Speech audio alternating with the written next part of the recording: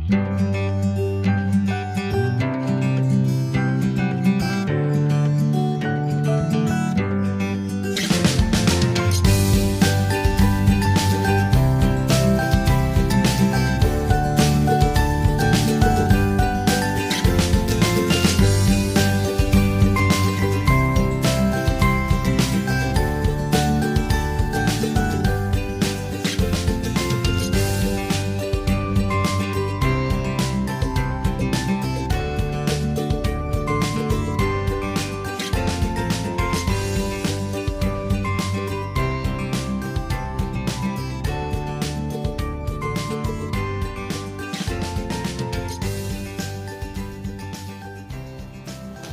सबको pastor Gabriel की तरफ से प्यार भरा नमस्कार। मैं आशा करता हूं कि आप सब लोग सुरक्षित हैं और आप सब लोग स्वस्थ हैं। सनातन परमेश्वर का एक बार फिर से हम धन्यवाद करते हैं कि ये बहुमूल्य अवसर परमेश्वर ने हमें दिया है ताकि हम परमेश्वर के वचनों को जाने, समझे, सीखे, उस पर मनन करें और परमेश्वर की योजनाओं को हमारे जीवन में इस अंत के दिनों में, आखिर के दिनों में परमेश्वर जैसे हमें चलाना चाहता है वैसे हम चलने पर परमेश्वर की अगुवाई में हम अपने आप को समर्पित करें, ताकि हम में से कोई लड़खड़ाए नहीं, हम में से कोई गिरे नहीं, हम में से कोई ऊंगे नहीं, हम में से कोई परमेश्वर की महिमा से वंचित न होने पाए।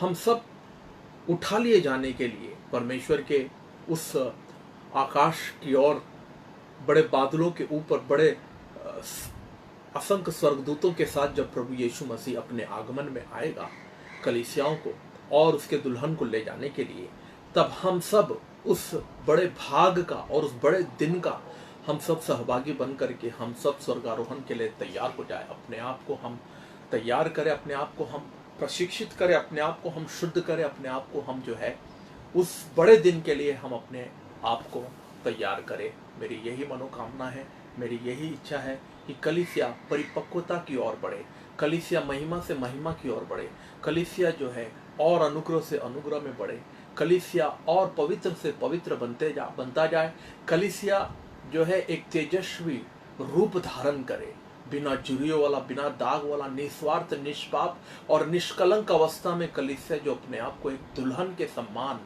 उस दूल्हे के भेंट में अपने आप को तैयार करे, पवित्र करे। मेरी यही इच्छा है कि इन अंत के दिनों की कलीसिया प्रभु यीशु मसीह के उस वचन के जल से शुद्ध कर किए जाए और अपने आप को प्रभु यीशु मसीह के लहू से ही नहीं बल्कि अपने आप को जो है शुद्ध करके, पाक साफ वस्त्र ओढ़ करके, जैसे दुल्हन जो है सफेद वस्त्र ओढ़ करके, जैसे कि हमने प्रकाशित वाक्य के 19वें अध्याय में देखा कलीसिया ने अपने आप को दुल्हन के समान तैयार किया, वैसे हम सब अपने आप को तैयार करें। आज बात कलीसिया की हो रही है। कई कलीसियाएं लॉकडाउन है, कई कलीसिया बंद है, बड़े बड़े धार्मिक संस्थानें बंद है। लोगों ने अपने आप को, बड़ी बड़ी कलीसियाओं ने जो है छोटे छोटे झुंड में और छोटे छोटे घर की कलीसियाओं में अपने आप को उन्होंने तब्दील कर दिया है। हमारे कानून के अनुसार हम घर में भी नहीं मिल सकते हैं फिलहाल, अभी घर में बेशक और निश्चित रूप से एक परिवार भी कलीसिया बन सकती है, क्योंकि यीशु मसीह ने ही कहा जहां 2 या 3 मेरे नाम से इकट्ठे होते हैं वहां मेरी मौजूदगी है। तो प्यारो, कलीसिया हम घर में भी परिवार के साथ, परिवारजन एक होकर के स्तुति आराधना करते हुए भी हम कलीसिया का आनंद ले सकते हैं, अपने आप को कलीसिया समझ सकते हैं, कलीसिया का अगुवा आप बन सकते हैं। आपका घर का जो अगुवा है, पिता है, या घर में अगर पिता नहीं है तो माँ है, वो कलीसिया का अगुवा बन करके अपने बच्चों को और बाकी के लोगों की अगुवाई करे। आज मैं जो बात करने जा रहा हूं वो प्रकाशित वाक्य के 2 अध्याय और 3 अध्याय में जो कलीसियाओं को प्रभु यीशु मसीह की ओर से जो पत्र आई थी, प्रभु यीशु मसीह के क्रूसित होने के बाद, जी उठने के बाद ही तकरीबन 60 से 70 दशक के बीच में उन कलीसियाओं का जब नया नया जन्म हुआ, कलीसिया आग से भरी भी थी, पवित्र आत्मा से कलीसिया परिपूर्ण रीति से भरा हुआ था। चिन्ह और चमत्कार, बड़े बड़े आश्चर्य कर्म और बड़े बड़े जो वहां पर अद्भुत काम उन कलीसिया में हुआ करता था। उन कलीसियाओं के अगुवे जो है जब कलीसिया का प्रारंभ हुआ, जब कलीसिया प्यारो उन दिनों में पवित्र आत्मा के बपतिस्मा और पवित्र आत्मा के वरदान के द्वारा जिन कलीसियाओं ने अपनी अपनी नींव डाली, वो कलीसिया किस प्रकार की कलीसिया थी? वो अद्भुत कलीसिया थी। उन कलीसियाओं के अंदर पवित्र आत्मा आग बन करके, पवित्र आत्मा जीवित परमेश्वर की आत्मा बन करके उन कलीसियाओं को चलाती थी। उन कलीसियाओं के अंदर चिन्ह और चमत्कार ही नहीं प्यारो, उन कलीसियाओं के अंदर अगर हम देखें, पवित्र आत्मा का इतना सामर्थ हुआ करता था कि पाप का एक क्षण, एक कण भी पाप का जो है वहां पर नजर नहीं आया करता था। पाप, कपटता, धूर्तता और झूठ, झूठी गवाही या फरेब, मक्कारी, हिपोक्रेसी यानी कि ढोंगीपन, उन कलीसियाओं में कहीं दूर दूर तक नजर नहीं आया करता था। मैं पहली सदी की कलीसिया की बात करता हूं, तुरंत पवित्र आत्मा के बपतिस्मा पाने की बात की कलीसिया, जिन कलीसियाओं की नींव को प्रेरितों ने डाला, और कुछ ही वर्षों के भीतर, 60 या 70 वर्षों के भीतर उस कलीसिया की अवस्था ऐसी हो जाती है, हम अनुमान नहीं कर सकते प्यारो। एक समय में पवित्र आत्मा के बपतिस्मा पाई हुई कलीसिया का उम्र इतना कम हो सकता है कि 70 साल के अंदर ही उस कलीसिया के अंदर करप्शन, और उस कलीसिया के अंदर भ्रष्टाचार और भ्रष्ट आत्मा और धूर्त आत्मा और नाना प्रकार के जो है सांसारिक आत्मा और व्यभिचार की आत्मा प्रवेश कर लेगा और उस कलीसिया के ऊपर हावी हो जाएगा। 60 या 70 वर्ष के बीच में ही उन कलीसियाओं को जो है, जब प्रेरितों का जो है वहां से पलायन हो गया, प्रेरितों की मृत्यु हो गई, प्रेरित पौलुस जैसे लोग, प्रेरित पतरस जैसे लोगों ने कलीसियाओं को स्थापित किया, कलीसिया को उन्होंने खड़ा किया, और उसके बाद उनकी जब मृत्यु हो गई, चले गए वे लोग। उसके बाद जब दूसरी पीढ़ी, जब उस कलीसिया को कलीसिया में अगुवे बन करके, कलीसिया के वरिष्ठ बन करके, कलीसिया के एल्डर्स बन करके दूसरी पीढ़ी जब उस कलीसिया को चलाने लगा, तो उस कलीसिया के अंदर नाना प्रकार की समस्याएं और पाप और व्यभिचार और अधार्मिकता और अपराध और ना जाने क्या क्या बातें उन कलीसियाओं के अंदर जो है पनपना शुरू किया। और उसी मध्य में जो है कलीसियाओं को जो है, 7 कलीसियाओं को जो है पत्र आता है। पहले अध्याय को अगर हम पढ़े तो 7 कलीसिया जो है, कोई बड़े कहते हैं कि वो 7 कलीसिया का अगर आप भूगोल में, अगर आप मैप में, अगर आप नक्शे में देखें, तो कलीसियाओं के बीच में कोई ज्यादा अंतर नहीं था। सभी कलीसिया एक ही शहर में जो है अलग अलग दिशा में, कोई उत्तरी दिशा में, कोई दक्षिण में, कोई पूरब में, कोई पश्चिम में, ऐसे 7 तरफ जो है कलीसिया फैली हुई थी। उस कलीसिया को पत्री आती है, उस कलीसिया को जो है प्रभु यीशु मसीह की ओर से जो है पत्र आता है। उस पत्र में प्रभु यीशु मसीह 3 बातें करता है। एक तो पहली बात है, उस पत्र के अंदर हर कलीसिया के भीतर जो काम उन्होंने पहले शुरू से प्रारंभ किया, उन कामों की सराहना प्रभु यीशु मसीह करता है। और उस कलीसिया के भीतर जो वर्तमान परिस्थिति कलीसिया का है, उस वर्तमान परिस्थिति का अवगत भी प्रभु यीशु मसीह वहां पर कलीसिया को कर देता है। और तीसरी बात जो प्रभु यीशु मसीह उन कलीसियाओं को कहता है, प्रायश्चित करने के लिए, पश्चाताप करने के लिए। 3 बातें उन कलीसियाओं को प्रभु यीशु मसीह अपने पत्र में कहता है। पहले तो उन कलीसियाओं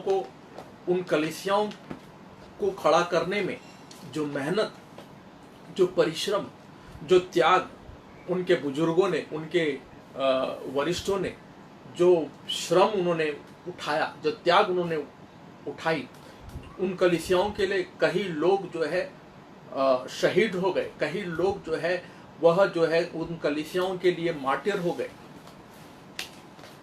अपना प्राण भी गंवाना पड़ा। उन सारे लोगों के मेहनत, परिश्रम से उन कलीसियाओं का निर्माण किया गया। और उन कलीसियाओं को जब पत्र आता है तो उन पत्रों के अंदर यीशु मसीह तारीफ के साथ साथ उन कलीसियाओं का वर्तमान स्वास्थ्य, उन कलीसियाओं का जो है वर्तमान परिस्थिति कि वो कलीसिया है किन परिस्थितियों से गुजर रही थी, उनका प्रभु यीशु मसीह उनको एक पत्र के द्वारा अवगत कराता है। और तीसरी बात प्यारो, हर कलीसिया को प्रभु यीशु मसीह ने प्रायश्चित करने को कहा, पश्चाताप करने को कहा। आप जानते हो उसमें से 5 कलीसिया जो थी वो पूरी तरह से भ्रष्ट कलीसिया थी, पूरी तरह से जो है सांसारिक और सांसारिक बातों में लिप्त, संसार के सारे अत्याचार, व्यभिचार और पाप में लिप्त कलीसिया थी। आप समझ सकते हो कि कलीसिया को क्या संदेश आया था। कलीसिया के लिए एक आखिरी संदेश क्या था कि प्रायश्चित करें, पश्चाताप करें। और मैं समझता हूं कि आज भी यदि हम उन कलीसियाओं को अगर यदि हमारी कलीसियाओं की तुलना करें तो कहीं ना कहीं वही पाप की प्रवृत्तियां आज हमें कई कलीसियाओं में देखने को मिलता है। उन 7 कलीसियाओं के अंदर 2 कलीसिया एक ऐसी कलीसिया थी जो बहुत ही, स्मिर्ना की कलीसिया और फिलाडेल्फिया की कलीसिया, पवित्रता में, धार्मिकता में और परमेश्वर की इच्छा के अनुसार अपने प्राण को भी त्यागने वाली कलीसिया बना। तो सबसे पहली बात मैं क्या बताना चाहता हूं यहां पर कि उन कलीसियाओं के लिए प्रभु यीशु मसीह के पास उन 7 कलीसियाओं के लिए एक वरदान था। प्रभु यीशु मसीह के पास उन 7 कलीसियाओं के लिए एक रिवॉर्ड था, एक वरदान था, एक पुरस्कार था। चाहे जो कलीसिया जो परमेश्वर की इच्छा अनुसार चल रही थी उन कलीसियाओं के लिए भी वरदान है, और जो कलीसिया पाप में लिप्त था, पाप में डूबा हुआ था, और जो कलीसिया परमेश्वर की इच्छाओं के अनुसार नहीं चल रही, उन कलीसियाओं के लिए भी प्रभु यीशु मसीह के पास कुछ ना कुछ वरदान है। पर सबसे बड़ी बात हम यहाँ पर जो देखते हैं वो ये है कि वो वरदान जो है वो सबके लिए नहीं था। कलीसिया में कई सदस्य हो सकते हैं, कई प्रकार के लोग हो सकते हैं, पर उन सभी कलीसियाओं के लिए कुछ ना कुछ वरदान था। पर वो वरदान किसके लिए था? वो वरदान का श्रेय, वो वरदान की उपलब्धियां, वो वरदान के लायक कौन थे?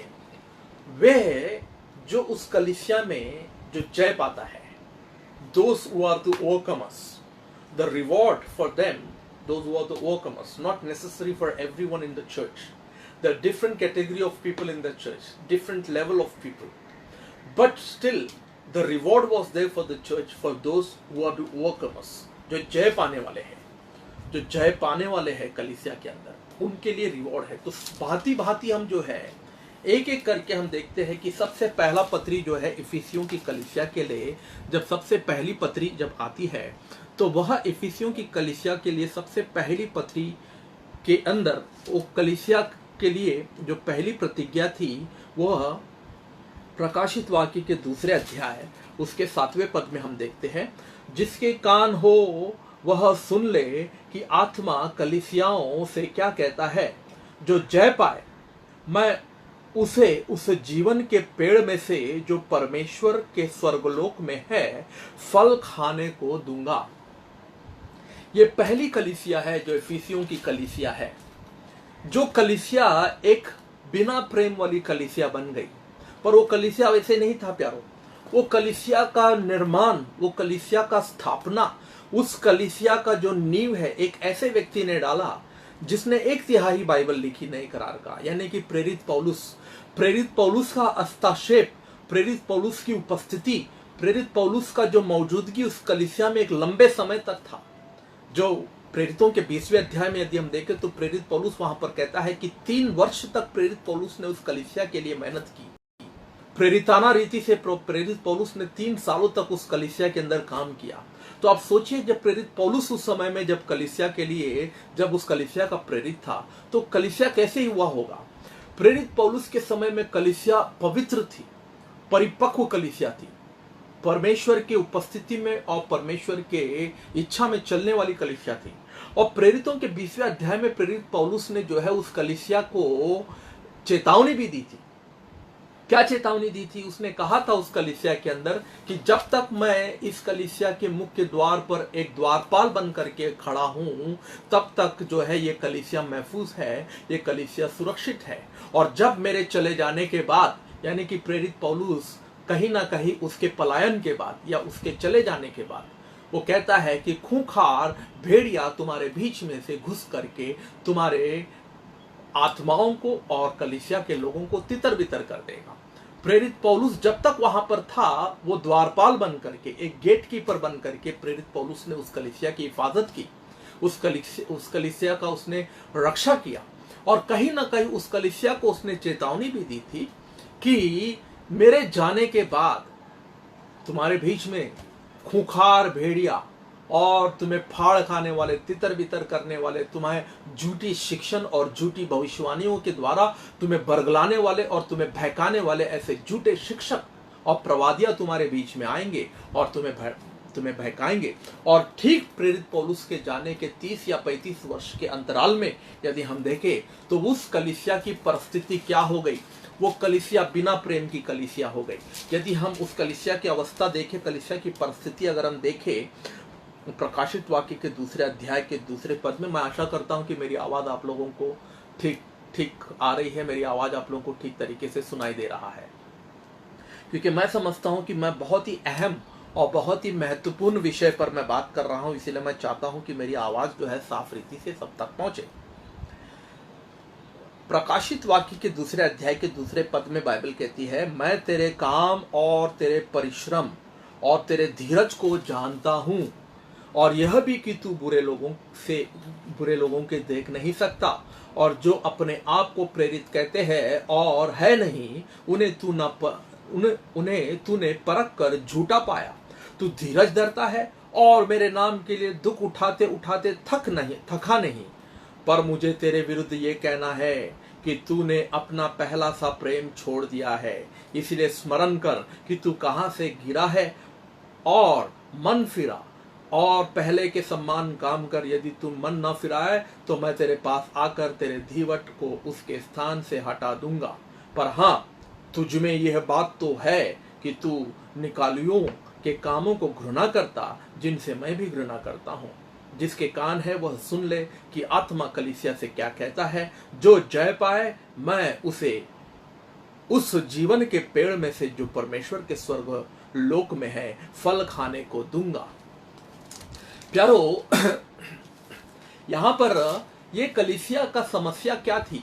ये कलीसिया जो है एक बिना प्रेम वाली कलीसिया थी। ये कलीसिया ने जो है जब शुरू किया तो एक कलीसिया के अंदर एक अपार प्रेम था परमेश्वर के प्रति। इनके अंदर एक ऐसा प्रेम जिसको अगापे प्रेम कहते हैं, पहलोटा प्रेम कहते हैं। जब हम पहले प्रभु में आ जाते हैं, जब हमें पहला प्यार होता है किसी से, किसी लड़की से या किसी लड़के से, तो आप सोचिए अगर आपने पहला प्यार किया होगा किसी से, तो वो पहला जो प्यार होता है ना, वो प्यार का जो मजा ही कुछ और होता है। वो प्यार, आप सोचिए कि उन दिनों में आपने क्या क्या नहीं किया होगा, अपने गर्लफ्रेंड को लेकर के, अपने बॉयफ्रेंड को लेकर, कितने दिन आपने छुट्टी मार करके, ऑफिस का खाड़ा करके आप शाम को मिलने गए होंगे कहीं दूर कोने में, किसी दूर कोने में जहाँ कोई तुम्हें ना देखता हो, कोई तुम्हें कोई डिस्टर्ब ना करता हो, कोई वहाँ पर जो है किसी प्रकार का कोई दिक्कत नहीं है, किसी प्रकार का कोई भी वहाँ पर किसी का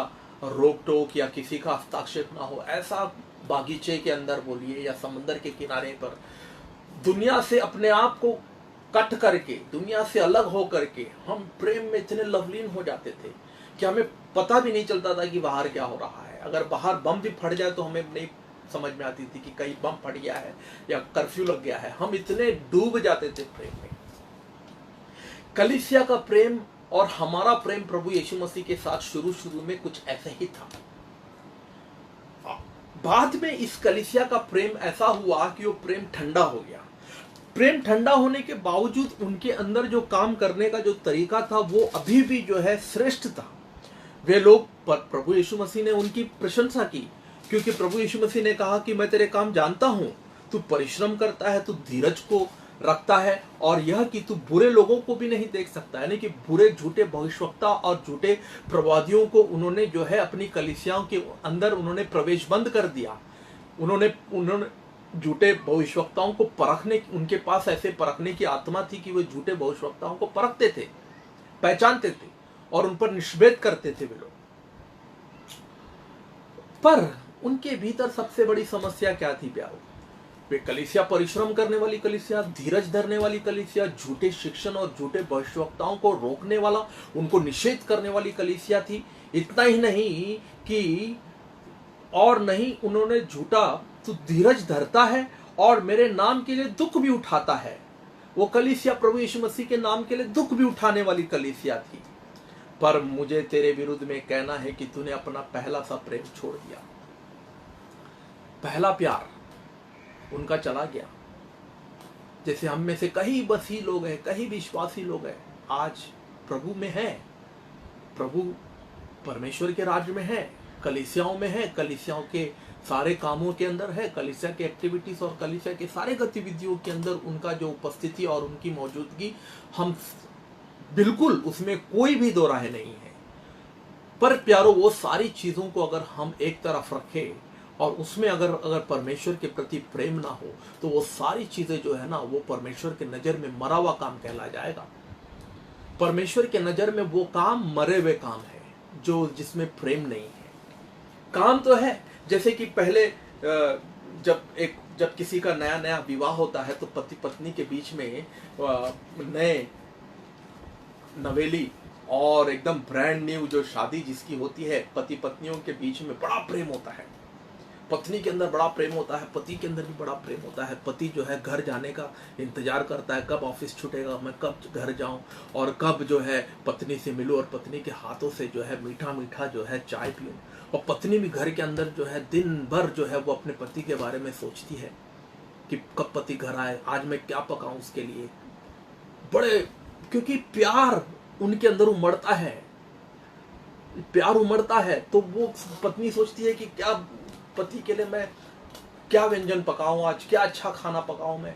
और पति के आने का इंतजार करती है। पति आने से पहले वो सज धज करके तैयार हो जाती है। पति का जैसे ही घर में प्रवेश करने से पहले सिर्फ दरवाजे का खटखटाहट सुनकर ही, दरवाजे पर बेल सुनकर ही वो दौड़ करके जा करके पति को गले लगाती है। अगर वेस्टर्न हो मेरे पत्नी के जैसा तो वो किस भी देगी उसको, या उसको अवगत कराएगी, स्वागत करा करके उसको अपने हाथों से गर्मा गर्म चाय पिलाएगी, फिर बाद में खाना परोस करके उसका सेवा करेगी। राइट?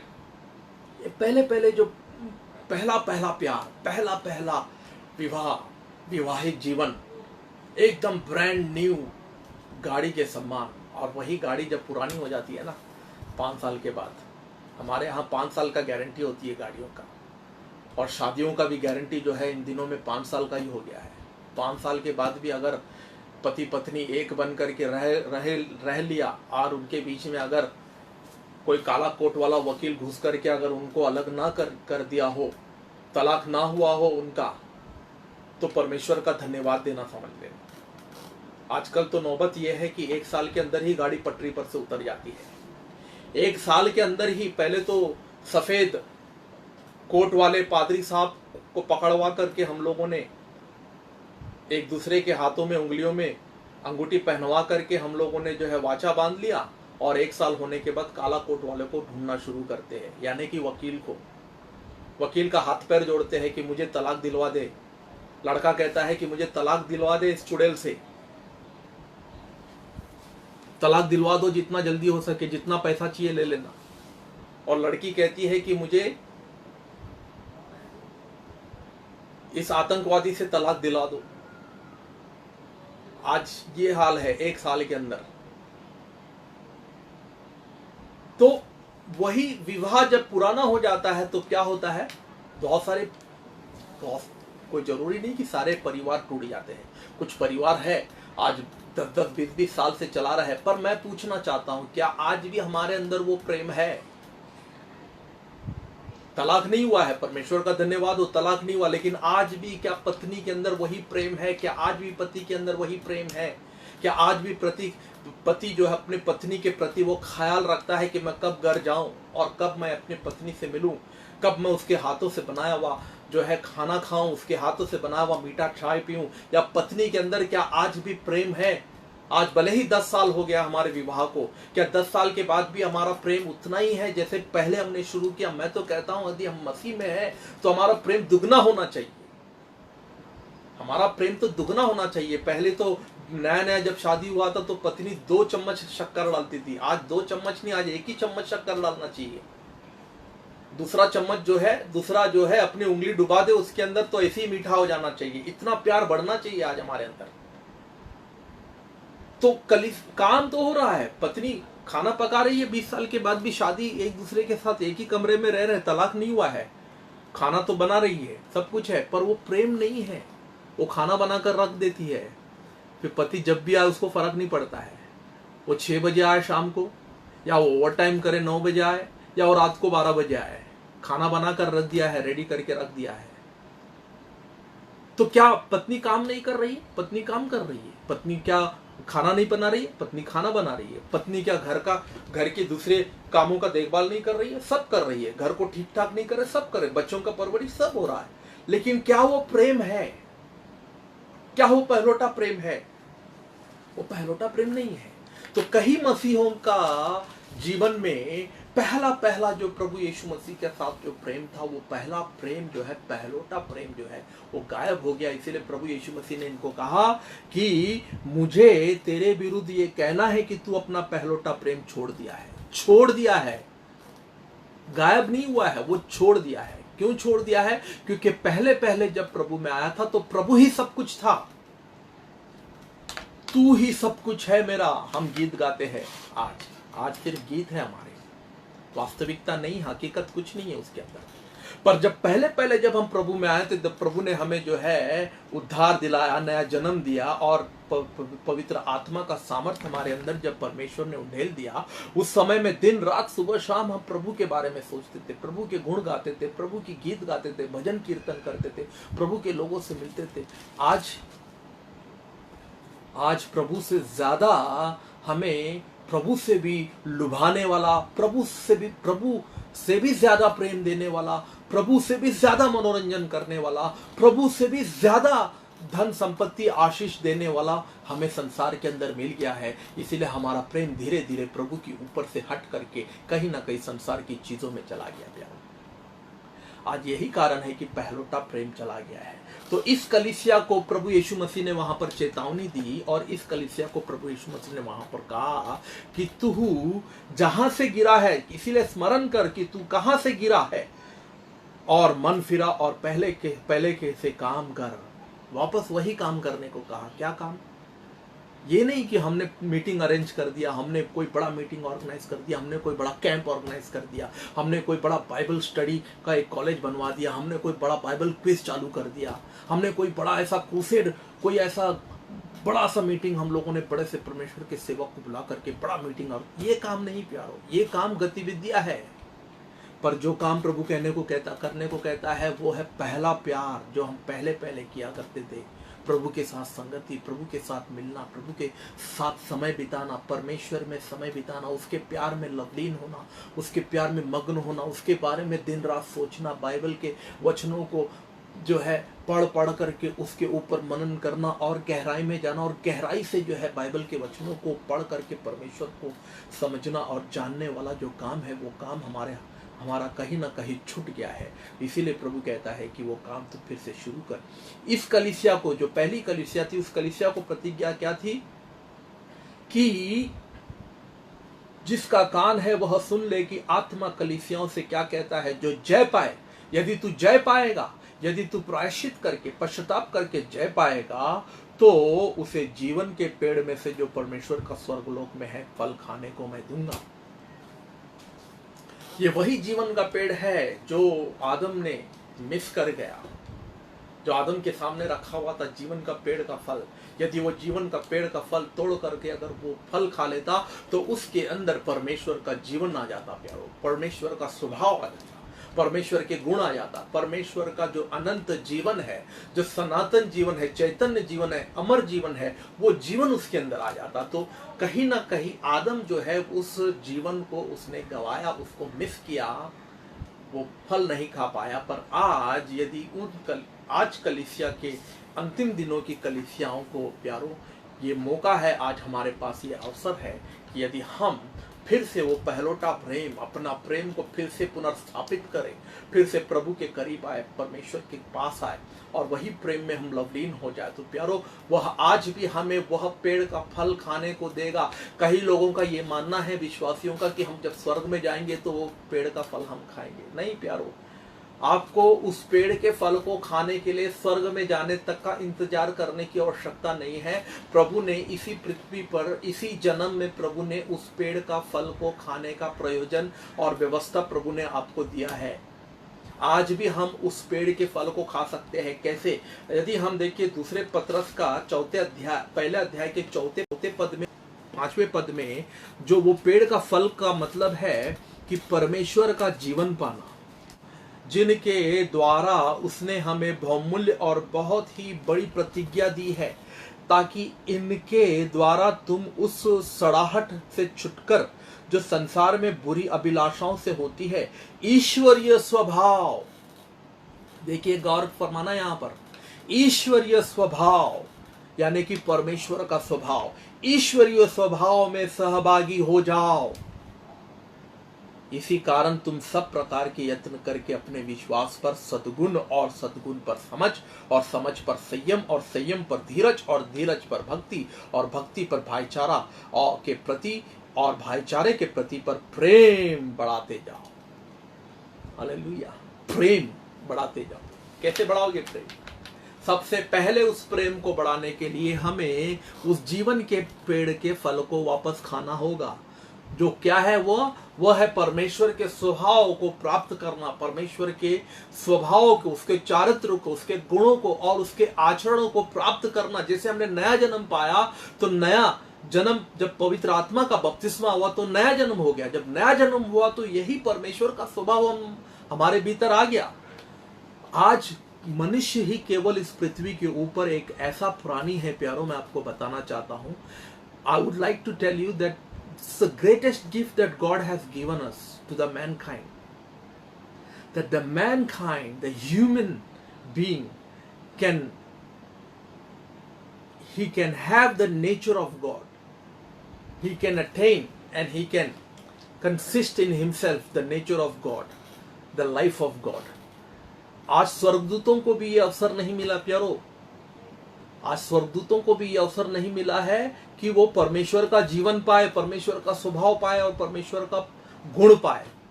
पर आज विश्वासियों को, जैसे कि ये बल्ब जब बनाया गया ना, बल्ब का आविष्कार जिसने किया है ना, जिसने बल्ब बनाया जो हमें रोशनी देता है, उसने बल्ब को इस प्रकार से बनाया कि इसके अंदर अगर कोई भी इलेक्ट्रिसिटी या कोई भी विद्युत शक्ति इसके अंदर प्रवेश करे तो ये उजाला हो जाएगा, ये प्रकाशमान हो जाएगा, ये उजाला देने लगेगा। उसका निर्माण ऐसे किया गया, उसको बनाया गया ऐसे। वो इलेक्ट्रिसिटी जब उसके अंदर जब प्रवेश कर जाता है बल्ब के अंदर, तो वो बल्ब जलने लगता है। और वही इलेक्ट्रिसिटी अगर इस कुर्सी के ऊपर या इस टेबल के ऊपर या इस दीवार के ऊपर अगर उसके दोनों छोर को, नेगेटिव पॉजिटिव को अगर हम कर दे, तो उसमें जो है प्रकाश नहीं होगा, रोशनी नहीं देगा, क्योंकि वो उस काम के लिए नहीं बनाया गया है। बल्ब को इस काम के लिए बनाया गया है ताकि उसके अंदर इलेक्ट्रिसिटी आए तो चमकने लगे। तो प्यारो, मानव जो इस पृथ्वी के ऊपर जो है, मनुष्य इस पृथ्वी के ऊपर इतना बड़ा सौभाग्य लेकर के पैदा हुआ है, इतना आशीषित है कि वह जो है परमेश्वर के स्वभाव को हमारे जीवन में जो है वो ले सकता है, प्राप्त कर सकता है।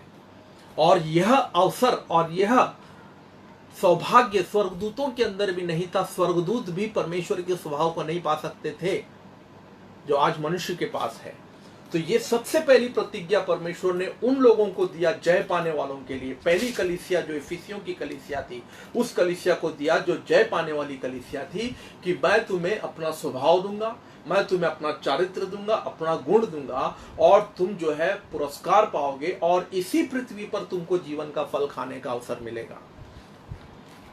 हम फिर से चलते हैं प्रकाशित वाक्य के उन दूसरी कलीसिया का नाम जो था वह स्मुरना की कलीसिया है। दूसरी कलीसिया जो है वो स्मुरना की कलीसिया है। अब इस कलीसिया का पुरस्कार क्या है वो हम देखते हैं 11वें पद के अंदर। इस कलीसिया का पुरस्कार क्या है कि जिसके कान है वह सुन ले कि आत्मा कलीसियाओं से क्या कहता है। जो जय पाए उसको दूसरी मृत्यु से हानि ना पहुंचेगी। अब ये कलीसिया को जो है एक ऐसा जो है उसको एक ऐसा जो है 11वां वचन में एक ऐसा उसको वरदान दिया गया कि जो दूसरे मृत्यु को नहीं चखेगा। यानी कि वो कलीसिया को एक उस कलीसिया का गुण देखते हो। कलीसिया क्या है? वो कलीसिया जो है एक सताने वाली कलीसिया थी, कष्ट और क्लेश में पड़े रहने वाली कलीसिया थी। क्लेशों में भी और कष्ट में भी जो है वो हम देखते हैं जो प्रथम और अंतिम है, जो मर गया था और अब जीवित हो गया है, वह यह कहता है कि मैं तेरे क्लेश और दरिद्रता को जानता हूं, परंतु तू धनी है। और जो लोग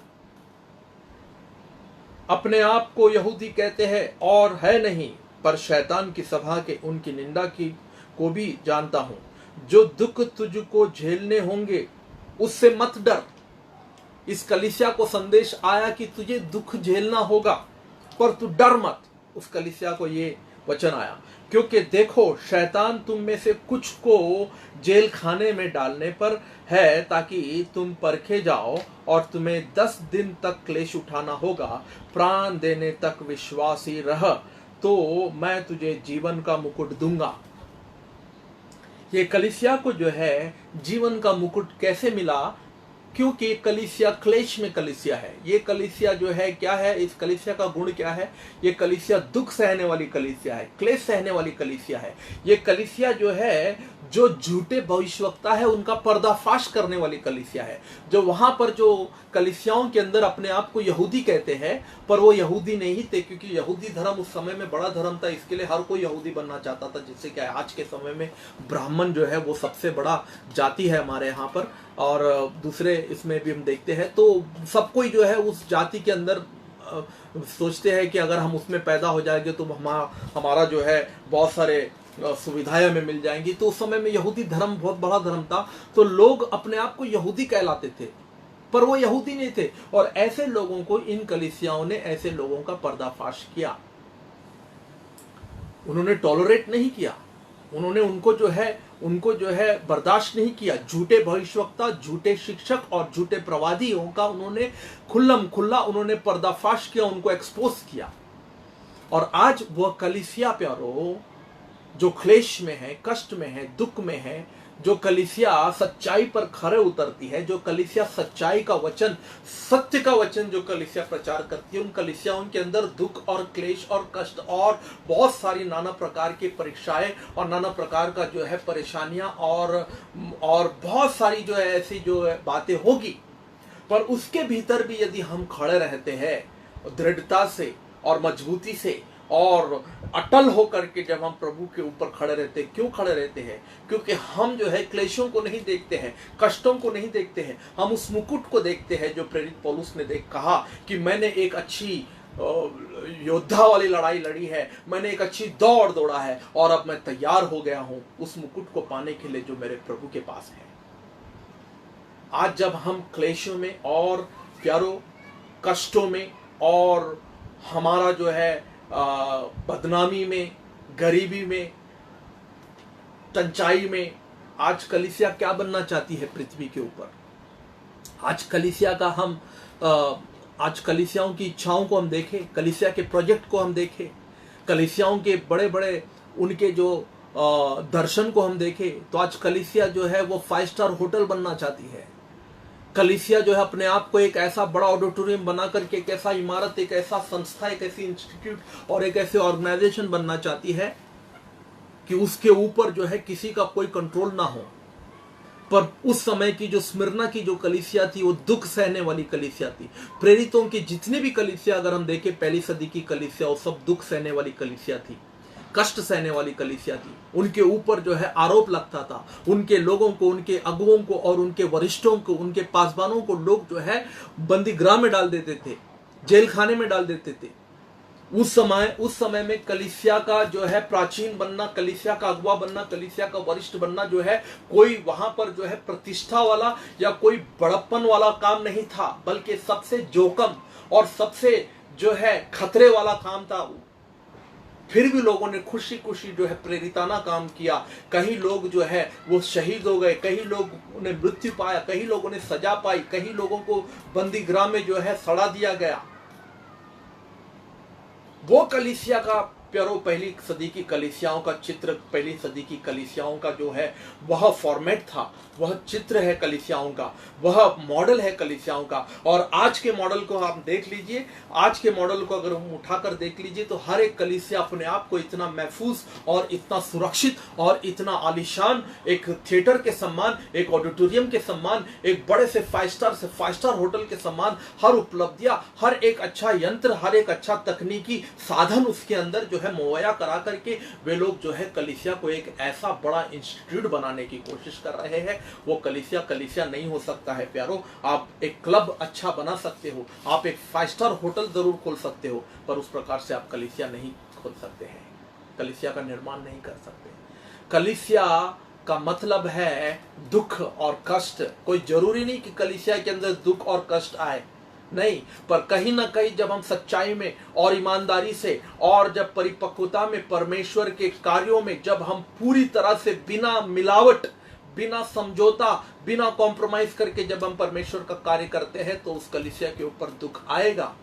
वो कलीसिया को नाना प्रकार की विपत्तियों से और नाना प्रकार की समस्याओं से गुजरना होगा, पर जो अंत तक धीरज धरे रहेगा उस कलीसिया को परमेश्वर प्रभु यीशु मसीह के पत्र के अंदर हम देखते हैं, वो कहता है कि मेरे पास तेरे लिए जीवन का मुकुट है और तुझे दूसरा मृत्यु सहना नहीं पड़ेगा। तीसरी कलीसिया के पास जाते हैं। तीसरी कलीसिया क्या था? तीसरी कलीसिया का नाम जो है वो पिरगामुन कलीसिया था। दूसरे अध्याय, प्रकाशित वाक्य के दूसरे अध्याय के 17वां पद। इस कलीसिया का वरदान क्या था? इस कलीसिया के लिए क्या प्रतिज्ञा दी गई थी? 17वां वचन में बाइबल कहती है, जिसके कान है वह सुन ले कि आत्मा कलीसिया से क्या कहता है। जो जय पाए और जो जय पाए उसको मैं गुप्त मन्ना में से दूंगा और उसे एक श्वेत पत्थर भी दूंगा और उस पत्थर पर एक नाम लिखा हुआ होगा जिसे उसके पाने वाले के सिवाय और कोई नहीं जानेगा। अब ये कलीसिया का जो वरदान क्या था? ये कलीसिया का वरदान एक ऐसा वरदान था जिसको प्रभु कहता है कि मैं तुझे गुप्त मन्ना दूंगा। अब गुप्त मन्ना क्या है? गुप्त यानी कि रहस्यमय, भेदमय, भेद का जो वचन है। मन्ना मतलब परमेश्वर का वचन।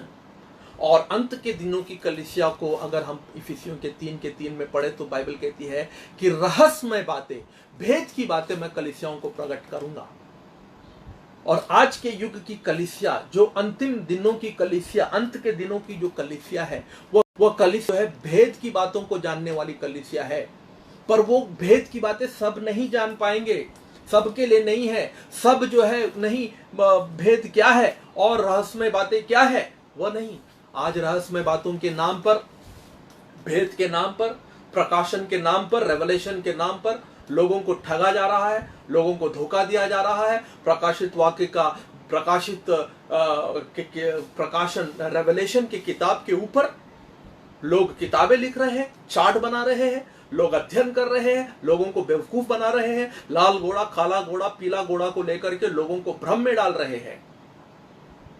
ये भेद की बातें नहीं है, ये भ्रम की बातें नहीं है, ये इंफॉर्मेशन हो सकता है, ये नॉलेज हो सकता है। आपको इंफॉर्मेशन मिला होगा, आपको नॉलेज मिला होगा प्रगाढ़ रीति से। आपने बाइबल कॉलेज में इन सारी बातों को सीख कर आए होंगे, आपने बाइबल की डिग्री हासिल किया होगा। इन बातों को समझने के लिए आपकी बुद्धि जो इतना विकसित हुआ होगा। पर प्यारो, यहां पर बाइबल कहती है कि मैं उन्हें जो है ज्ञान नहीं, नॉलेज नहीं, बल्कि मैं गुप्त और भेद की बातें बताऊंगा। और ये भेद की बातें किसको मिलती है? भेद की बातें जो है अपने आप को जो नम्र करता है, अपने आप को दीन करता है। देखिए मत्ती का 16वां अध्याय के 16वें पद में, 17वें पद में यीशु मसीह ने पूछा उनके चेलों से कि लोग क्या कहते हैं? तो किसी ने कहा पुराना भविष्यवक्ता, किसी ने कहा यूहन्ना बपतिस्मा दाता, किसी ने यिर्मयाह, किसी ने यशायाह। पर पतरस ने कहा कि तू जीवते परमेश्वर का पुत्र है, तू ख्रिस्त है, तू मसीहा है, जीवते परमेश्वर का पुत्र है। तो प्रभु यीशु मसीह ने उसकी ओर मुड़ करके कहा, पतरस ये ज्ञान तुझे जो है तेरे मांस और लहू से नहीं तूने पाया है, बल्कि मेरा पिता जो स्वर्ग में है उसने तुझे ये प्रकाशन दिया है।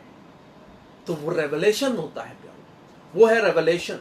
आज रेवलेशन की कमी है कलीसियाओं के अंदर। आज कलीसियाओं के अंदर इंफॉर्मेशन की कमी नहीं है, प्रचार प्रसार की कमी नहीं है, संदेशों की कमी नहीं है। बाढ़ आ रही है आज कलीसियाओं के अंदर। मैसेज, प्रचार, संदेश, सरमन, उपदेश, बाढ़ है, सुनामी है। एक से एक परमेश्वर के लोग अगर हम देखें कलीसियाओं के अंदर, एक से एक जो है प्रचारक पूरे पूरे ज्ञान और बुद्धिजीवी बनकर के प्रचार करते हैं। पर आज युग जो है वो तरस रही है किसके लिए? भेद की बातों को समझने के लिए, रहस्यमय बातों को जानने के लिए आज का युग तरस रहा है। और रहस्यमय बातें किसे दिया जाएगा? जो जय पाएगा, प्रायश्चित करेगा। अब ये कलीसिया जो पिरगमुन की कलीसिया थी, ये कलीसिया क्या थी? जिनके पास दोधारी और तेज तलवार है। वह यह कहता है कि मैं यह जानता हूं कि तू वहां रहता है जहां शैतान का सिंहासन है। तू मेरे नाम पर स्थिर रहता है और मुझ पर विश्वास करने से उन दिनों में भी पीछे नहीं हटा जिसमें मेरा विश्वास योग्य साक्षी अंतिपास तुम्हारे बीच उस स्थान पर घात किया गया जहां शैतान रहता है। पिरगमुन की कलीसिया प्यारो एक ऐसी कलीसिया थी जो सताव के बीच में पनपने वाली कलीसिया थी। सताव के बीच में रह करके प्रभु का कार्य करने वाली कलीसिया थी। उस समय में जो है शैतान का हड्डा, शैतान का सिंहासन, शैतान का साम्राज्य उस नगर के अंदर जो है पूरे साक्षात रूप से शैतान हावी हो चुका था उस नगर में। और उस नगर का नाम था पिरगमुन। और उस कलीसिया के अंदर, उस नगर के अंदर एक बहुत ही धर्मी व्यक्ति था जिसका नाम था अंतिपास। और उस अंतिपास का हत्या कर दिया गया।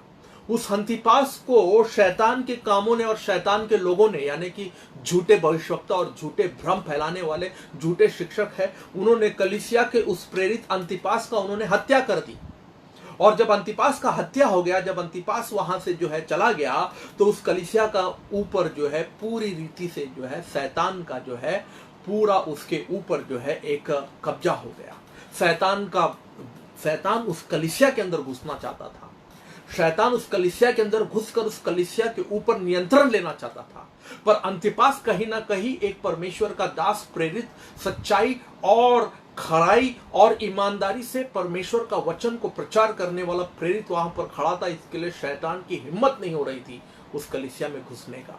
और जैसे ही अंतिपास जो है वहां से चला गया, यानी कि उसकी मृत्यु हो गई, शैतान सीधे जो उसने सिंहासन बाहर नगर में बांधा था, वह सिंहासन सीधे उसने कलीसिया के अंदर जाकर बांध दिया। और वह कलीसिया जो है विश्वासियों की कलीसिया, प्रेरितों की कलीसिया मात्र भर का, नाम भर का जो है प्रेरितों की कलीसिया रह गई, बल्कि वो कलीसिया पूरी रीति से जो है शैतान का हड्डा बन चुका।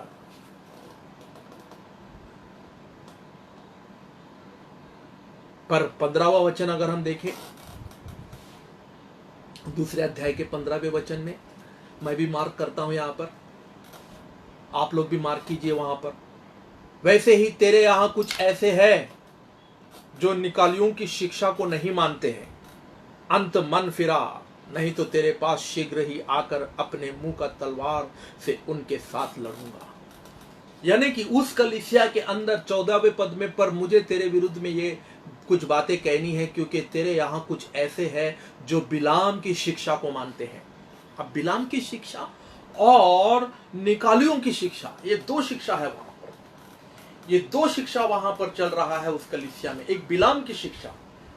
अब बिलाम की शिक्षा क्या है? बिलाम की शिक्षा जो है बालम, पुराने करार में अगर हम देखें, बालम जो पैसों के लिए झूठी भविष्यवाणी करने के लिए निकल गया, पैसों के लोभ में आकर के, पैसों के लालच में आकर के कैसे उन लोगों ने उसको भरमाया।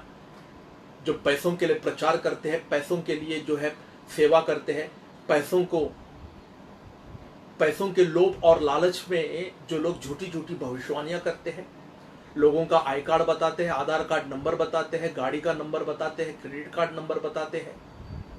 हाँ, और ये बचपन में हम लोग जो है वो जादूगर की बातें सुनते थे। हम लोग नींबू को काट करके उसके अंदर से लाल खून निकालना और जो है रुमाल गायब कर देना, ये बचपन में हम लोग ने जो है हाथ की सफाई हम लोगों ने सीखे थे और हम बड़े प्रशंसा करते थे जब सड़क के किनारे पर कोई जादूगर ऐसे जो है नेवले को लेकर के और मंगूस को लेकर के जादू दिखाता था तो हम बड़े वहां पर खुश होकर के ताली बजाते थे। आज कलीसियाओं के अंदर यही नेवला और सांपों की जादूगरी चल रही है और लोग जो है प्रशंसा कर रहे हैं। लोग कह रहे हैं देखिए क्या सामर्थ्य आ गया कलीसिया के अंदर, देखिए क्या प्रेरिताना कलीसिया है, देखिए क्या भविष्यवाणी से भरी हुई कलीसिया है। पर क्या आप लोगों ने जाना कि वो कलीसिया के अंदर जो शिक्षा जो दी जा रही है, क्या उसमें कोई भेद की बात है? क्या उसमें कोई रहस्य की बात है? कोई जीवते मन्ना है उसके अंदर? क्या क्रेडिट कार्ड का नंबर बताना ही क्या रहस्यमय बातें हैं? गाड़ी का नंबर बताना रहस्यमय बातें हैं? तुम्हारा विवाह किसके साथ होगा, तुम्हारी शादी किसके साथ होगा, क्या यह रहस्यमय बातें, यही भविष्यवाणियां हैं? अगर यही भविष्यवाणियां हैं तो प्यारो हमें ऐसे भविष्यवाणी की जरूरत नहीं है, हमें ऐसे भविष्यवाणियों की कोई आवश्यकता नहीं है। अगर आप इसको भविष्यवाणी कहते हैं तो मुझे ऐसी कोई भविष्यवाणी की जरूरत नहीं है, क्योंकि ये भविष्यवाणियां मुझे जो है अनंत जीवन में नहीं ले जा सकता है। यह भविष्यवाणियां मुझे नरक में ले जा करके छोड़ देगा, नरक में मरने के लिए छोड़ देगा मुझे।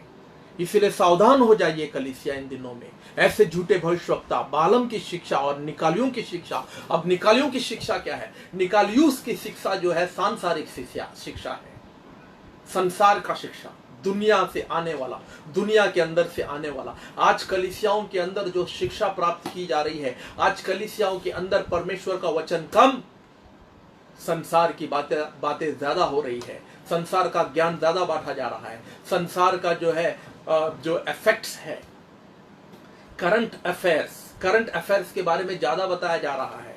इन दिनों में कलीसियाओं के अंदर जो है संसार में क्या हो रहा है, कौन सी कंपनी क्या कर रहा है, कौन सी कंपनी का शेयर कितना आगे बढ़ रहा है, कौन सा कंपनी मुनाफा कर रहा है, कौन सी राजनीति पार्टियां जो है वो जीत करके आएगा, कौन सरकार बनाएगा, ये बातें ज्यादा हो रही है कलीसियाओं के अंदर। वर्ल्ड कप कौन जीतेगा, आईपीएल कौन जीतेगा। कई कलीसियाओं के अंदर मैंने देखा है कि आईपीएल का स्क्रीन लगा करके, आईपीएल के मौसम में, आईपीएल के समय में बड़ा स्क्रीन लगा करके, मेगा स्क्रीन लगा करके लोगों को बुला करके आईपीएल मैच दिखाते हैं और उनसे पूछा जाए कि आप क्या कर रहे हो तो कह रहे हैं कि हम अन्य जातियों को बचा रहे हैं, जो प्रभु को नहीं जानते हैं उनको हम बचा रहे हैं। कैसे? आईपीएल मैच दिखा करके बचा रहे हैं। आज ये कलीसियाओं का स्तर है, आज ये कलीसियाओं की अवस्था है, आज ये परिस्थिति हमारी कलीसियाओं का। इसीलिए यहाँ पर जो है अंतिपास जैसे लोग जब चले जाते हैं कलीसिया में से, जब प्रेरित जो सच्चाई, ईमानदारी, खराई और पूरे विश्वास योग्यता से जो है अपना पूरा प्राण दांव पे लगा करके ईमानदारी के साथ, पूरे समर्पण के साथ, त्याग के साथ, बलिदान के साथ जो सेवा करने वाला सेवक जब चला जाता है या उसकी तबादला हो जाती है, उसकी मृत्यु हो जाती है, तो ऐसे शैतानी प्रवक्तियां कलीसिया के अंदर घुस करके कलीसिया के नाम पर लोगों को जो है पूरी तरह से नरक में ले जाने का काम करता है। ये परगमुन की कलीसिया थी, पर एक कलीसिया के लिए एक खुशखबरी थी, और खुशखबरी ये था कि यदि तुम जय पाओगे, यदि तुम प्रायश्चित करोगे, पश्चाताप करोगे, तो मैं तुम्हें जीवते मन्ना, गुप्त मन्ना दूंगा। इतना ही नहीं बल्कि एक श्वेत पत्थर भी दूंगा। ये श्वेत पत्थर क्या है? ये श्वेत पत्थर एक अंगूठी के समान है। जैसे पति और पत्नी के बीच में जब नया करार होता है, जब पति पत्नी के बीच में जब रिश्ता होता है, रिश्ता जुड़ता है नया नया, तो वो लोग एक दूसरे को जो है अंगूठी एक्सचेंज करते हैं, वाचा बांधते हैं, और उस अंगूठी के द्वारा जो अंगूठी निशाना होता है उनका कि वो एक दूसरे के साथ वे लोग जो है विवाह किए हुए पति पत्नी है। पादरी साहब भी अंगूठी एक्सचेंज करके पादरी साहब घोषणा करते हैं कि आज से तुम पति पत्नी हो। तो यहाँ पर जो है श्वेत पत्थर, सफेद रंग का पत्थर, उसके ऊपर नाम दर्ज किया हुआ, यानी कि हमारा नाम, जो जीवन की किताब में जो मेरा नाम है वो नाम दर्ज किया हुआ। और याद रखना वो नाम कोई और नहीं पढ़ पाएगा। उस पत्थर पे एक नाम लिखा हुआ होगा जिसे उसके पाने वाले के सिवाय और कोई ना जानेगा, यानी गुप्त नाम होगा। एक गुप्त नाम आपका जो है, यानी कि आपके साथ एक ऐसा रिश्ता परमेश्वर के साथ बनाया जाएगा, पति पत्नी वाला रिश्ता, दूल्हा दुल्हन वाला रिश्ता, दूल्हा दुल्हन का रिश्ता बनाने के लिए वो परमेश्वर तैयार है, यदि हम जय पाएंगे तो। उन पापों के ऊपर उन प्रायश्चित करके, उन अपराधों के ऊपर जय पा करके, प्रायश्चित करके, पश्चाताप करके, हम जयवंत हो करके जब हम प्रभु के पास आएंगे तो प्रभु कहता है कि मैं तुझे जीवते मन्ना, यानी कि मैं तुझे जीवित मन्ना दूंगा, रहस्यमय बातें, गुप्त की बातें बताऊंगा तुझे। जो है काला घोड़ा, लाल घोड़ा, नीला घोड़े के ऊपर ज्यादा समय बिताना नहीं पड़ेगा। परमेश्वर जो तुझे देना चाहता है उन बातों पर तू मन लगाएगा, ना कि झूठे भविष्यवक्ताओं के शिक्षणों के ऊपर। हालेलुया। चौथी कलीसिया ताइतेरिया की कलीसिया। ये कलीसिया कैसी थी? ये कलीसिया पूरी तरह से व्यभिचार में लिप्त कलीसिया थी, एडल्टरस चर्च। पर इस कलीसिया के लिए भी एक वरदान था। वो वरदान क्या था? दूसरे अध्याय के 26वें पद में हम देखते हैं, जो जय पाए और मेरे कामों के अनुसार अंत तक करता रहे, मैं उसे जाति जाति के लोगों पर अधिकार दूंगा और वह लोहे के राजदंड लिए हुए उन पर राज्य करेगा। जिस प्रकार कुम्हार के मिट्टी के बर्तन चकनाचूर हो जाते हैं, मैं भी ऐसा ही अधिकार अपने पिता से पाया है और मैं उसे भोर का तारा दूंगा।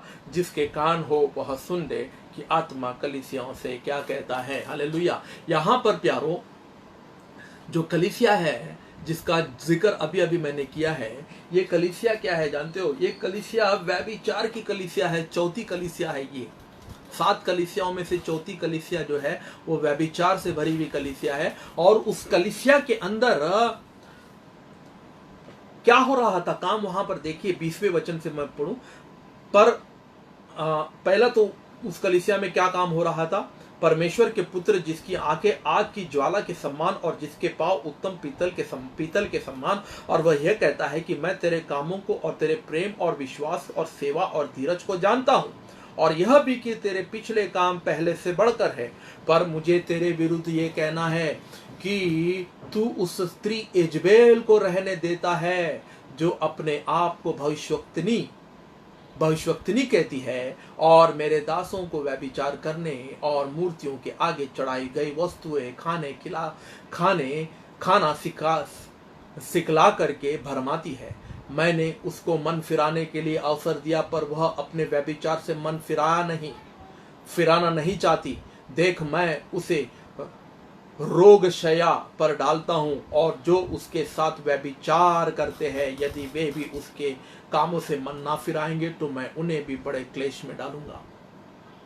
ये जो कलीसिया जी जो थी तुआतिरा की कलीसिया, टाइटेरिया, द चर्च ऑफ टाइटेरिया, ये कलीसिया शुरू में अच्छा शुरुआत किया।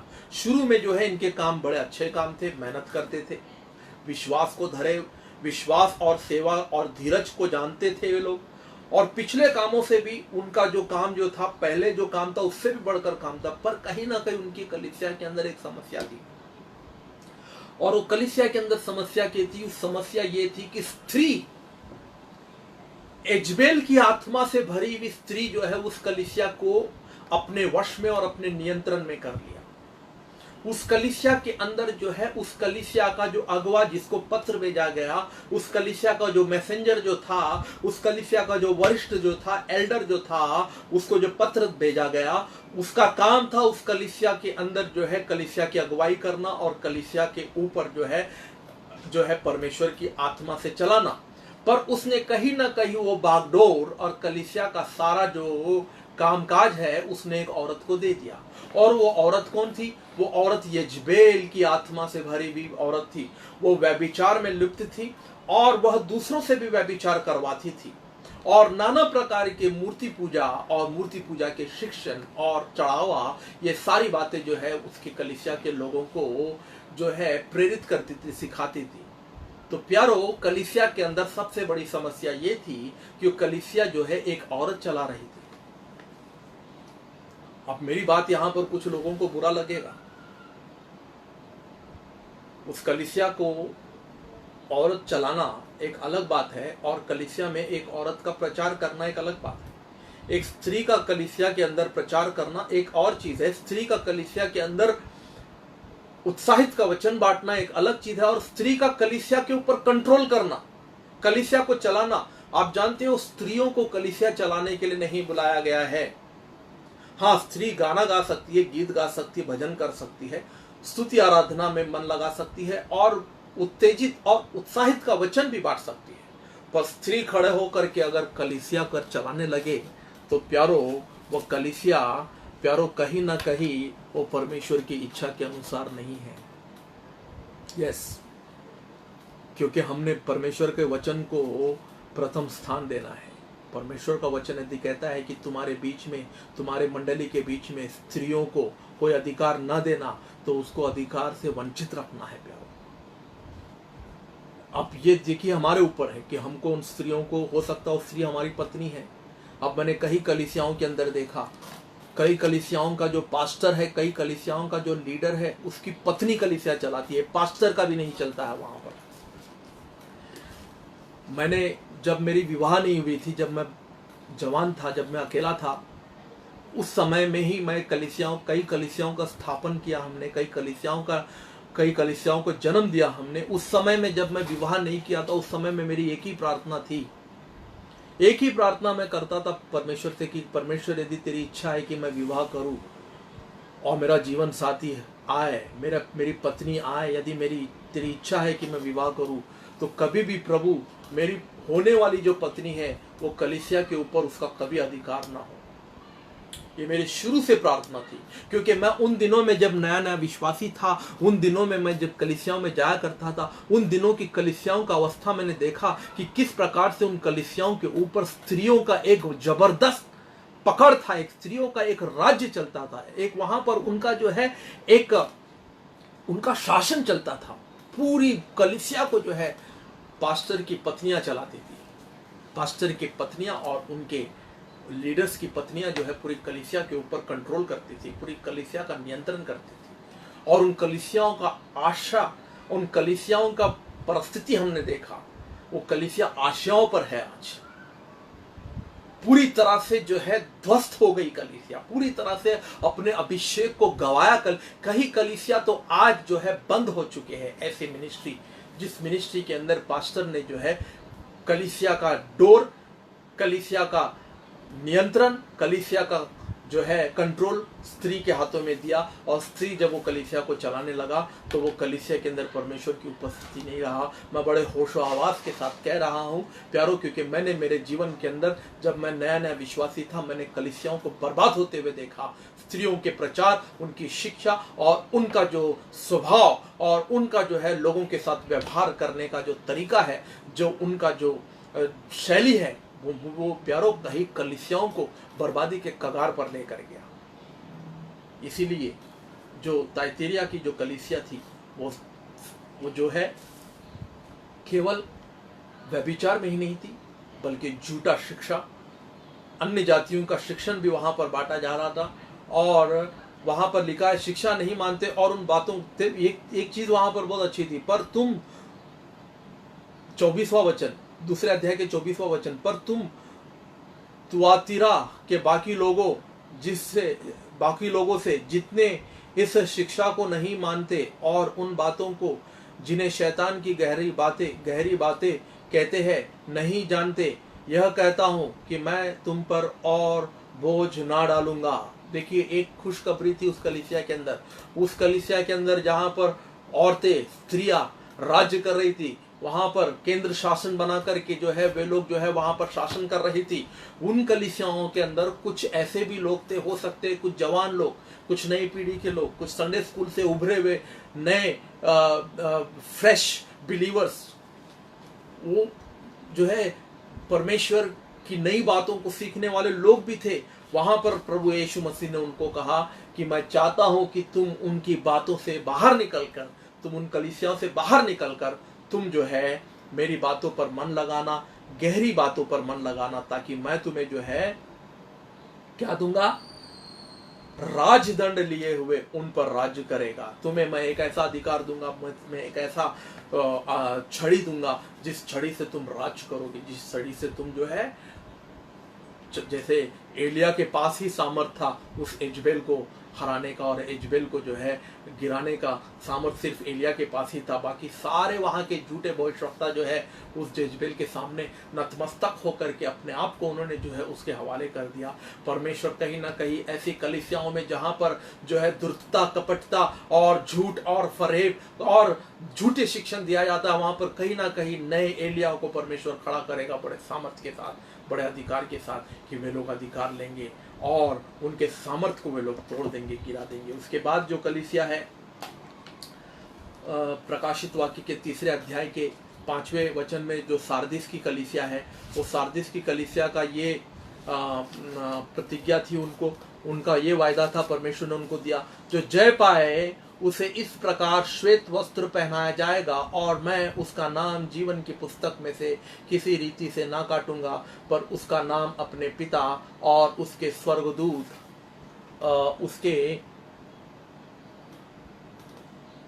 स्वर्गदूतों के सामने मान लूंगा। जिसके कान है वो सुन ले कि आत्मा कलीसिया से क्या कहती है।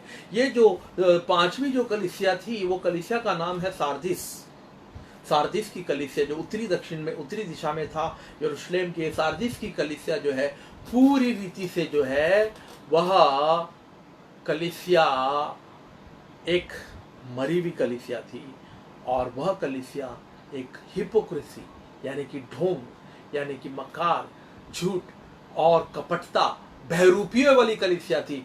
वहां के अगुवे, वहां के शिक्षक सब बहरूपी थे। वो जैसे हाथी के खाने के दांत, दिखाने के दांत अलग होते हैं ना, वैसे उनका आचरण था।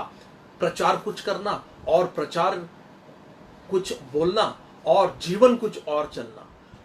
पुलपिट पे खड़े होकर के, वेदी पर खड़े होकर के प्रचार प्रसार कुछ और बोलना और कुछ और करना, और व्यक्तिगत जीवन जो प्राइवेट लाइफ है, अंदरूनी जीवन जो है वो बिल्कुल जो है उससे उल्टा और उससे विपरीत वाला जीवन जीना। ऐसा जीवन वो लोग जी रहे थे सारदिस की कलीसिया। उस कलीसिया का क्या था प्रॉब्लम? जागरूक हो और उनके वस्तुओं को जो बाकी रह गई उसको मिटने को है, और दृढ़ कर, क्योंकि मैंने तेरे किसी काम को अपने परमेश्वर के निकट पूरा नहीं पाया, इसलिए स्मरण कर कि तूने कैसी शिक्षा प्राप्त की है। सुन ली, उसमें बना रहे और मन फिरा। यदि तू जागरूक ना रहेगा तो मैं चोर के समान आ जाऊंगा और तू कदापि ना जान सकेगा कि मैं किस घड़ी तुझ पर आ पड़ूंगा। पर हाँ, सारदिस में तेरे यहाँ कुछ ऐसे लोग हैं जिन्होंने अपने अपने वस्त्र अशुद्ध नहीं किए। वे श्वेत वस्त्र पहने हुए मेरे साथ घूमेंगे, क्योंकि वह इस योग्य है। इस कलीसिया में भी एक अच्छी बात थी। जो नई पीढ़ी के लोग थे, जो नए जवान लोग थे, वहां पर संडे स्कूल से बाहर निकले हुए कोई नए जो वहां पर जो यंग लैड्स थे, वो लोग जो है उन्होंने उस कलीसिया के जो वरिष्ठ लोग थे, जो बड़े ज्ञानी लोग थे, उनके साथ उन्होंने जो है अपने वस्त्र को उन्होंने गंदा नहीं किया, अपने कपड़ों को उन्होंने अशुद्ध नहीं किया, अपने वस्त्र पर दाग लगने नहीं दिया, अपने वस्त्र को उन्होंने शुद्ध रखा और उन लोगों से उन्होंने अलग किया अपने आप को। मैं यही कहूंगा प्यारो, यदि आपने अपने वस्त्र को अगर आप संभाल कर रखना चाहते हो, यदि आपको डर है कि कहीं वैसी वो कलीसिया, जिस कलीसिया में आपका जन्म हुआ है, जिस कलीसिया में आपका जो है, जिस कलीसिया में आप पैदा हुए हो, कहीं ना कहीं वहां पर वो कलीसिया उस समय में ठीक था, वो कलीसिया उस समय में पवित्र आत्मा से भरी हुई थी, अभिषिक्त कलीसिया थी, पर आज वो कलीसिया की परिस्थिति ऐसा नहीं है। कहीं ना कहीं मेरे वस्त्र पर दाग लगने वाला काम हो रहा है। तो प्यारो, अपने आप को अलग करें, आप अपने आप को अलग करें। आप परमेश्वर के साथ समय बिताएं, परमेश्वर से पूछे कि आप कौन सी कलीसिया में जाए, ऐसी कलीसिया आपको दिखाए जहां पर आपका वस्त्र जो है उसके वापस आने तक, प्रभु यीशु मसीह के द्वितीय आगमन, प्रभु यीशु मसीह के आगमन से पहले आने तक आपका वस्त्र श्वेत और पवित्र बना रहे। हालेलुया। जो छठी कलीसिया है वो बहुत अच्छी कलीसिया थी। वो कलीसिया का क्या नाम था? वो कलीसिया का नाम फिलाडेल्फिया की कलीसिया था, जो 3 अध्याय के 12वें पद में अगर हम देखें तो उस कलीसिया का वरदान क्या था? उस कलीसिया को वरदान दिया गया था, जो जय पाए उसे मैं अपने परमेश्वर के मंदिर में एक खंबा बनाऊंगा और वह फिर कभी बाहर न निकलेगा, और मैं अपने परमेश्वर के नाम और अपने परमेश्वर के नगर अर्थात नए यरूशलेम के नाम और मेरे परमेश्वर के पास से स्वर्ग पर से उतरने वाला है, और अपना नया नाम उस पर लिखूंगा। जिसके कान है वह सुन ले कि आत्मा कलीसिया से क्या कहता है। ये कलीसिया तो बहुत अच्छी कलीसिया थी प्यारो, फिलाडेल्फिया की कलीसिया। इस कलीसिया में कोई खोट नहीं था। ये कलीसिया जो है क्या 8वें पद से अगर देखें, मैं तेरे कामों को जानता हूँ, देख मैंने तेरे सामने एक द्वार खोला रखा है जिसे कोई बंद नहीं कर सकता। तेरी सामर्थ्य थोड़ी सी है, फिर भी तूने मेरे वचन का पालन किया है और मेरे नाम का इनकार नहीं किया। देख मैं शैतान के उन सभा वालों को तेरे वश में कर दूंगा जो यहूदी बना बैठा है, पर मैं नहीं वरन झूठ बोलता हूँ। देख मैं ऐसा करूंगा कि आकर तेरे पैर गिरेंगे और जान लेंगे कि तुझ से प्रेम रखा है। ये आप लोग पूरी तरह से पढ़ लीजिए प्यारो, 3 अध्याय के 7वें पद से लेकर 10वें पद तक। उन लोगों ने कलीसिया जो है बहुत पवित्र कलीसिया और परमेश्वर से प्रेम में चलने वाली कलीसिया, उन्होंने कभी कॉम्प्रोमाइज नहीं किया, कभी समझौता नहीं किया। वो कलीसिया को एक बहुत अच्छा एक वचन यह आया है, प्रतिज्ञा प्रभु ने कहा कि मैं तुझे एक खंबा बनाऊंगा, एक खंबा बनाऊंगा। जैसे कलीसिया के अंदर खंबा होता है ना, एक इमारत के अंदर खंबा होता है, खंबा इमारत को संभालती है, वैसे मैं तुझे खंबा बनाऊंगा प्यारो। और आखिरी कलीसिया जो है वह प्रकाशित वाक्य के 3 अध्याय के 21वें वचन में जो लौदीकिया की कलीसिया है। अब लौदीकिया की कलीसिया के लिए क्या वरदान था? जो जय पाए मैं उससे अपने साथ अपने सिंहासन पर बैठाऊंगा, जैसे मैंने भी जय पाकर अपने पिता के साथ उसके सिंहासन पर बैठ गया। जिसके कान है वह सुन ले कि आत्मा कलीसिया से क्या कहता है। ये कलीसिया का वरदान क्या था प्यारो? ये कलीसिया का वरदान था कि परमेश्वर के प्रभु यीशु मसीह कहता है कि मैंने जैसे जय पाया, जैसे मैंने इस पृथ्वी पर 33.5 साल जब मैं शरीर और मांस का जीवन जब मैं जिया, मनुष्य बनकर के इस पृथ्वी पर आया और मैं जय पाया पाप के ऊपर, पाप को कभी मेरे जीवन में मेरे शरीर पर प्रवेश करने नहीं दिया, मैं जयवंत जीवन जी करके अपने आप को मैंने पवित्र रखा, वैसे ही तू जय पाएगा तो तू परमेश्वर के दाहिने हाथ पर बैठेगा। जैसे मैं परमेश्वर के दाहिने हाथ पर बैठा हूँ, वैसे तू भी परमेश्वर के दाहिने हाथ पर बैठेगा। पर प्यारो, लौदीकिया की जो कलीसिया थी वो कौन सी कलीसिया थी? वह जो है बुलबुला कलीसिया थी, लूकवार्म, न गर्म न ठंडा, ना यहाँ ना वहां, बीच वाली कलीसिया। जो 90% कलीसियाओं को आज अगर हम देखें तो लौदीकिया की कलीसिया के समान है। ना ठंडा है ना गर्म है, और ना ठंडा है ना गर्म है। तो यीशु मसीह कहता है क्योंकि तू ना ठंडा है तू ना गर्म है, तू भला होता कि तू या ठंडा होता या तू गर्म होता, क्योंकि ना तू ठंडा है और ना तू गर्म है। इसीलिए देख मैं तुझे उगलवाने पर हूं, मैं तुझे उगल दूंगा, मैं तुझे थूक दूंगा अपने अंदर से। यानी कि प्रभु यीशु मसीह अपने शरीर में नहीं रखेगा, वो बाहर फेंक देगा। आप जानते हो जब हम खाते हैं, कोई भोजन जब हम करते हैं, कोई खाना हम खा लेते हैं, बाहर से खाना खा करके आते हैं, कभी कभार हजम नहीं होता है, फूड इन्फेक्शन हो जाता है, फूड पॉइजनिंग होता है, तो खाना जो है ना पेट में जो है वो इन्फेक्टेड हो जाता है, तो तुरंत पेट उसे बाहर निकल देता है, या तो ऊपर से या तो नीचे से। वो अंदर रखने नहीं देता है, वो तुरंत बाहर फेंक देता है। क्यों? क्योंकि उसकी जो जगह नहीं है उसके पेट के अंदर, शरीर के अंदर। वैसे ही प्रभु यीशु मसीह कहता है कि ना तू गर्म है ना तू ठंडा है, तू ना यहाँ का है तू ना वहाँ का है, तू बुलबुला है। और बुलबुला मसीही लोग प्यारो कलीसिया के अंदर, वो आप पहचान नहीं पाओगे उनको, कामों से नहीं पहचान पाओगे उनको। काम तो उनके परफेक्ट दिखेंगे, आपको काम करते हुए दिखेंगे, प्रचार प्रसार करते हुए दिखेंगे, मिशन फील्ड में जाते हुए दिखेंगे, कहीं ना कहीं मिशन में अपने आप को वो लोग जो है उन्होंने अपने आप को जो है सम्मिलित करके रखा हुआ है, पर वे ना गर्म है ना ठंडा है। प्रभु कहता है कि भला होता कि सरगर्म होता, यानी कि प्रभु चाहता है कि हम सरगर्म रहे उसके लिए, हम जलते रहे उसके लिए। जैसे कि लेवियों की किताब के अंदर 16वां अध्याय में जैसे कि परमेश्वर ने छठे अध्याय में माफ करना, जैसे कि कहा कि उस तंबू का आग कभी बुझने ना पाए, तो आग निरंतर जलता रहे। आग जलते रहने के लिए निरंतर उस आग के वेदी पर भेद, मेल और अर्पण और बलिदान सदा चढ़ाते रहना, ताकि उस बलिदान से, उस अर्पण चढ़ाए हुए अर्पणों के चर्बी से जो है वो आग जलता रहे वेदी पर, और उस तंबू के अंदर रोशनी बना रहे। वैसे परमेश्वर चाहता है आज कि हमारा आग निरंतर बढ़ता रहे, आग जलता रहे, आग में हम पनपता रहे, जलती झाड़ी के समान हमारे भीतर आग में हम जो है लवलीन हो, आग में हम जो है तेज भड़कता रहे प्यारो, ठंडा और गर्म नहीं बल्कि भड़कता रहे प्रभु के लिए, हम चलता रहे चलता रहे चलता रहे। ये 7 कलीसिया, उस कलीसिया को क्या कहा प्रभु ने, क्या वरदान दिया उस कलीसिया को?